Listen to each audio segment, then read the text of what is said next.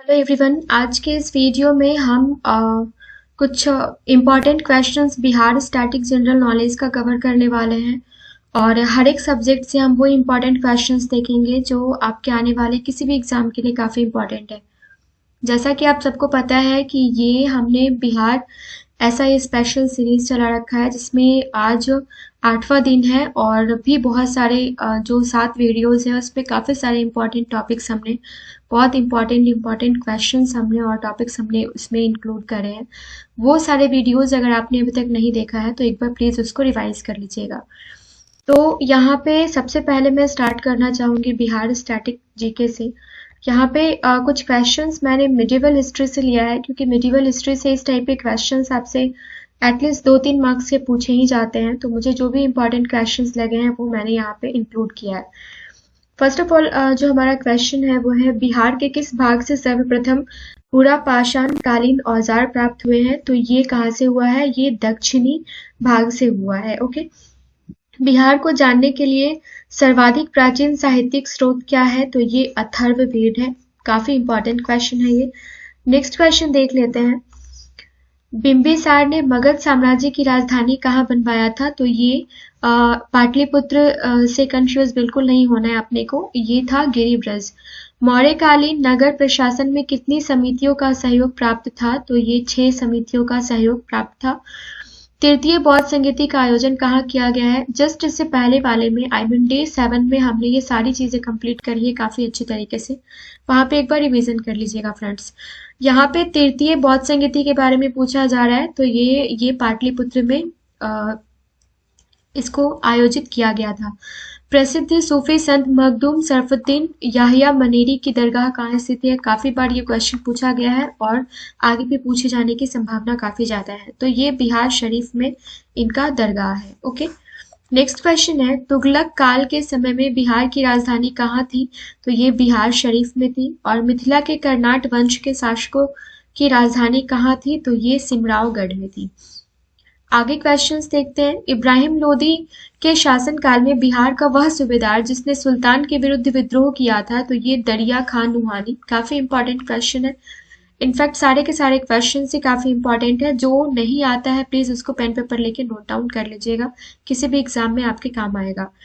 10th question है आज की वीडियो का। खिलजी वंश के समय कुछ सिक्के किस क्षेत्र से प्राप्त हुए? तो ये भोजपुर से प्राप्त हुए। वह प्रथम मुगल सम्राट जिसका राज्याभिषेक बिहार में हुआ था? तो ये फर्रुखसियर का हुआ था। और बिहार में सैनिक अभियान आयोजित करने वाला पहला सुल्तान कौन सा था? तो ये था इल्तुतमिश। नेक्स्ट क्वेश्चन देख लेते हैं। बंगाल के किस नवाब ने मुंगेर को राजधानी बनाया था? तो ये मीर कासिम ने बनाया था। और बिहार को अलग राज्य के रूप में स्थापित करने के लिए किस राजनेता का सक्रिय योगदान रहा? तो ये सच्चिदानंद सिन्हा का रहा। अब यहाँ पे हमें 3 चीजों में कंफ्यूजन रहता है। फर्स्ट तो श्री कृष्ण सिंह में रहता है और जयप्रकाश नारायण और सच्चिदानंद सिन्हा, तो ये और उपर्युक्त में से नहीं, ये वाला ऑप्शन तो काफी खतरनाक है, इसमें हम कहीं ना कहीं फंसते ही हैं। तो आप एग्जैक्टली नाम याद रखिएगा, सच्चिदानंद सिन्हा का योगदान था। नेक्स्ट है बिहार में व्यक्तिगत सत्याग्रह के पहले सत्याग्रही कौन थे? तो ये श्री कृष्ण सिंह ही थे। और पटना का चर्चित सचिवालय गोलीकांड कब हुआ था? तो 11 अगस्त 1942 में हुआ था। काफी इंपॉर्टेंट क्वेश्चन है ये। क्वेश्चन नंबर 17, बिहार में 1857 के विद्रोह के नेतृत्वकर्ता कौन थे? तो ये वीर कुंवर सिंह थे। और बिहार में हुए नोनिया विद्रोह के दौरान कौन सा जिला प्रभावित हुआ था? तो ये हुआ था सारण, फिर वैशाली और फिर पूर्णिया। ये सारण चंपारण नहीं हुआ था। नेक्स्ट क्वेश्चन देख लेते हैं। असहयोग आंदोलन के दौरान हुए नशाबंदी आंदोलन में बिहार का कौन सा क्षेत्र प्रभावित हुआ था?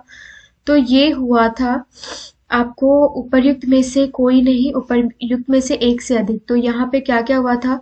गया हुआ था, चंपारण हुआ था, शाहाबाद हुआ था।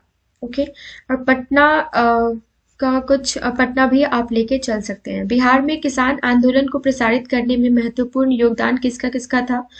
तो स्वामी सहजानंद सरस्वती का भी था, कार्यानंद शर्मा का, राहुल संस्कृतियान का और यदुनंदन शर्मा। ये सारे के सारे नाम आप नोट डाउन कर लीजिएगा। बिहार में कौमी सेवक दल की स्थापना कभी हुई थी? तो ये 27 नवंबर 1921 को हुई थी। और मध्यकालीन बिहार में अंतर्राष्ट्रीय व्यापार का मुख्य केंद्र क्या था? तो ये पटना, भागलपुर मुख्य केंद्र था। बिहार पहुंचने वाले प्रथम यूरोपीय व्यापारी कौन थे? तो ये पुर्तगाली थे।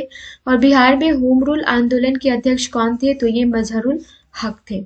नेक्स्ट क्वेश्चन है हमारा, देशेर कथा देश की बात के लेखक कौन थे? काफी इंपॉर्टेंट क्वेश्चन है। सखाराम गणेश देउस्कर। तो ये 25 क्वेश्चन हमने यहाँ पे बिहार का कंप्लीट कर लिया। आगे जो हम देखने वाले हैं ये साइंस के कुछ इंपॉर्टेंट क्वेश्चन है, वन लाइनर्स है, इसको आप ध्यान से देख लीजिएगा। फर्स्ट क्वेश्चन है, संपीड़ित प्राकृतिक gas CNG compressed natural gas का मुख्य घटक क्या है? तो ये क्या है? मीथेन। ओके। नेक्स्ट क्वेश्चन है, निम्नलिखित में से कौन सा एक भौतिक परिवर्तन नहीं है? तो ये जल का नमक में विलय होना है, जल का क्वथनांक पर जल वाष्प बनना है, बर्फ के गलनांक पर जल का बनना ये भी है, और द्रवित पेट्रोलियम गैस का दहन, तो ये केमिकल चेंजेस है, तो ये क्या है? नहीं है। नेक्स्ट क्वेश्चन देख लेते हैं, एम्पिसिलिन दवाई क्या है? तो ये क्या है? प्रतिजैविक है। हीरोइन का रासायनिक नाम क्या है? तो ये मार्फिन डाइएसिटेट है।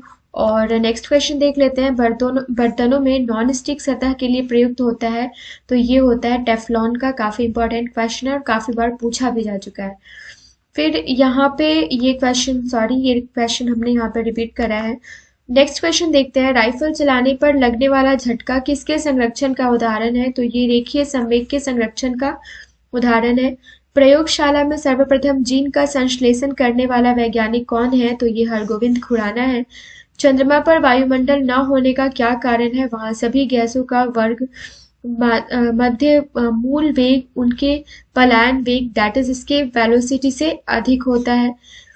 किस एक कोशिकीय शैवाल दैट इज यूनिसेलुलर एल्गी का उपयोग अंतरिक्ष में खाद्य की समुचित पूर्ति के लिए किया जाता है? तो ये क्लोरेला का किया जाता है। काफी इंपॉर्टेंट क्वेश्चन है ये, स्टार मार्क कर लीजिए आप इसको।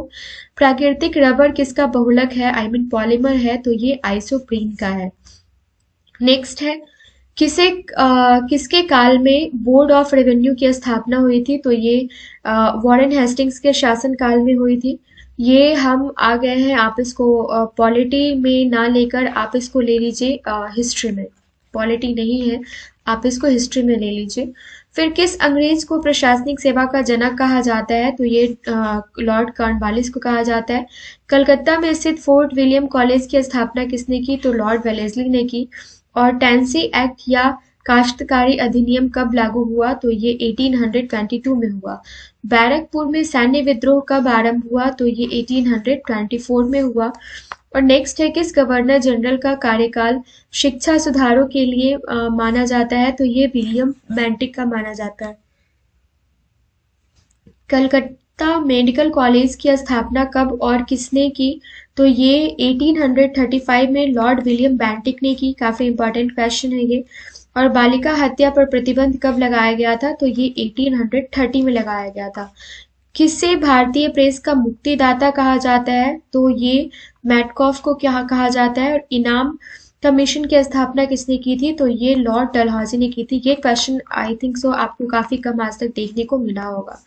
नेक्स्ट क्वेश्चन है ज्योग्राफी का, ग्रीनविच रेखा क्या है? तो ये 0 डिग्री देशांतर है। और पृथ्वी 1 घंटे में कितने देशांतर घूम लेती है? तो ये 15 डिग्री घूम लेती है। फिर नेक्स्ट क्वेश्चन है, दक्षिणी ध्रुव का अक्षांश क्या है? तो ये 90 डिग्री है। और 2 स्थानों के देशांतर में 1 डिग्री का अंतर होने पर उनके समय में कितना अंतर होगा? तो ये 4 मिनट का। विश्व का कौन सा नगर भूमध्य रेखा के सबसे निकट है? तो ये सिंगापुर। नेक्स्ट क्वेश्चन है, ग्रीनविच किस देश में है? तो ये यूनाइटेड किंगडम में है। और एक देशांतर को पार करने में 2 स्थानों के स्थानीय समय के बीच कितना अंतर होता है? तो ये 4 मिनट का होता है। संपूर्ण विश्व का प्रामाणिक समय क्या है? तो ये 0 डिग्री देशांतर है। और पूर्व से पश्चिम की ओर जाने वाले जहाज स्थिति रेखा को पार करने में अपना कैलेंडर कितने दिन आगे कर लेता है? तो ये 1 दिन आगे कर लेता है। Just a minute friends. Next question है, थोरियम का सबसे अधिक भंडार कहाँ पाया जाता है? तो ये पाया जाता है भारत में। यहाँ से हम कुछ अगेन मिडिवल हिस्ट्री के इम्पोर्टेंट क्वेश्चंस हैं वो हम एक बार देख लेते हैं।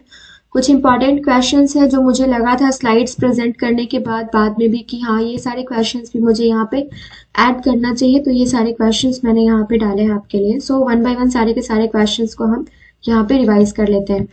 फर्स्ट क्वेश्चन है, कुतुब मीनार किस प्रसिद्ध शासक ने पूरा किया था? काफी तो कभी आपको लगता है अलाउद्दीन खिलजी, तो नहीं, मैं आपको बता दूं कि इसका निर्माण जो है ना, इसका जो कुतुब मीनार का निर्माण पूरी तरीके से कंप्लीट किया गया था इल्तुतमिश के शासनकाल में। लाख बख्श की उपाधि किस शासक को दी गई थी? तो ये दी गई थी कुतुबुद्दीन ऐबक को। नेक्स्ट क्वेश्चन है, मोहम्मद गौरी विजयी प्रदेशों की देखभाल के लिए निम्नलिखित में से किस विश्वसनीय जनरल को छोड़कर गया था? तो काफी इंपॉर्टेंट क्वेश्चन है, कुतुबुद्दीन ऐबक को। रजिया सुल्तान किसकी बेटी थी? तो ये इल्तुतमिश की बेटी थी। नेक्स्ट क्वेश्चन है, दिल्ली के सुल्तान का पद संभालने से पहले बलबन किस सुल्तान का प्रधानमंत्री था? तो ये किसका था? नासिर उद्दीन का।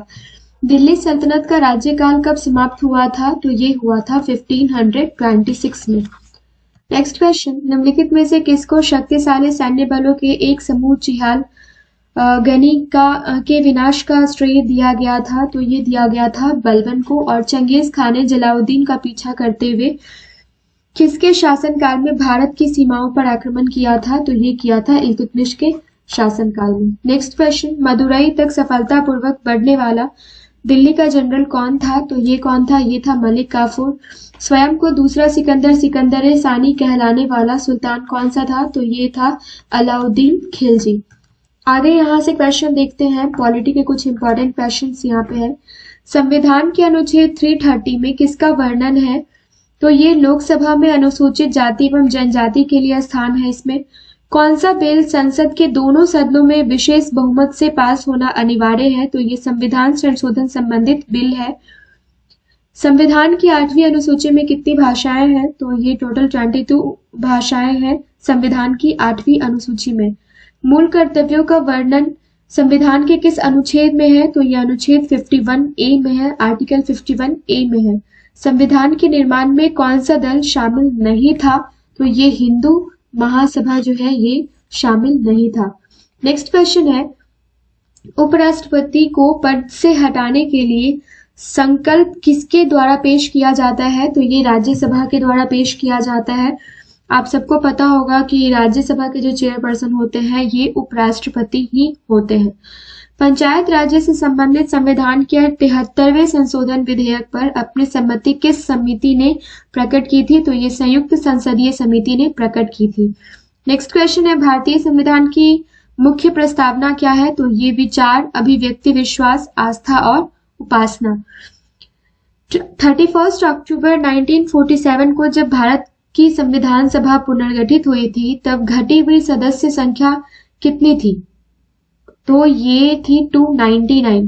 मौलिक अधिकारों में संशोधन करने के लिए कौन सक्षम है? तो ये संसद, पार्लियामेंट। तो ये सारे कुछ इंपॉर्टेंट क्वेश्चंस थे जो हमने कवर करा है। और यहाँ पे कुछ क्वेश्चंस मैं आपके साथ करंट अफेयर्स का भी शेयर करना चाहूंगी।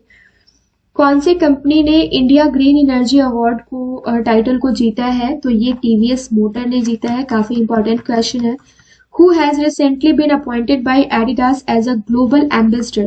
Adidas के द्वारा ग्लोबल एम्बेसडर किसको बनाया गया है? तो दीपिका पादुकोण को बनाया गया है। नेक्स्ट क्वेश्चन है which state government has launched प्रशासन गांव के संग कैंपेन? तो ये राजस्थान ने किया है। The book title the star in my sky has been written by? तो ये दिव्या दत्ता के द्वारा ये बुक लिखी गई है, the star in my sky. Okay, next question देख लेते हैं। First features film to shot in space, तो जो स्पेस में लिया गया है वो क्या है? द चैलेंजेस फीचर्ड फिल्म है ये। नेक्स्ट है Ayushmann Khurrana has been appointed as the ambassador of which crypto platform? तो ये CoinDCX का इनको अपॉइंट किया गया है एम्बेसडर। ओके, आगे की कुछ स्लाइड्स है। सिर्फ 2 या 3 क्वेश्चंस बाकी होंगे। Who has been elected as the first ever president of Barbados? तो ये कौन है? ये है Sandra Mason. Okay, Sandra Mason, who has been appointed as a new MD of India Ports Global Limited, तो ये आलोक मिश्रा को अपॉइंट किया गया है। आई होप ये वीडियो पसंद आया होगा। अगर इसमें कोई भी कमी नजर आती है तो प्लीज मुझे कमेंट सेक्शन में कमेंट करके बताइए, सो डैट कि नेक्स्ट टाइम आने वाले किसी भी वीडियो में वो प्रॉब्लम्स आपको वापस से देखने को ना मिले। और अगर मेरी मेहनत पसंद आती है तो चैनल को लाइक एंड सब्सक्राइब जरूर कीजिएगा, साथ ही साथ बेल आइकन को भी प्रेस कर लीजिएगा, सो डैट आने वाले किसी भी वीडियो का नोटिफिकेशन आपको टाइम टू टाइम मिलता रहे। मिलते हैं नेक्स्ट वीडियो में, एंड बहुत ही जल्द आपको करंट अफेयर्स का पूरा डिटेल्स मिल जाएगा। आई थिंक 9 मंथ्स का करंट अफेयर्स मैं एक साथ दूंगी, एंड बिहार का करंट अफेयर्स भी मैंने रेडी कर लिया। आपको कहीं और से भी पढ़ लेना चाहिए क्योंकि काफ़ी कम टाइम बच गया है एग्ज़ाम का। और आने वाले हर एक एग्ज़ाम के लिए आपको यहाँ पे बहुत सारे वीडियोस प्रोवाइड किए जाते हैं। सो गाइज, चैनल को लाइक एंड सब्सक्राइब करना ना भूलिएगा। सो मिलते हैं नेक्स्ट वीडियो में। Thank you so much.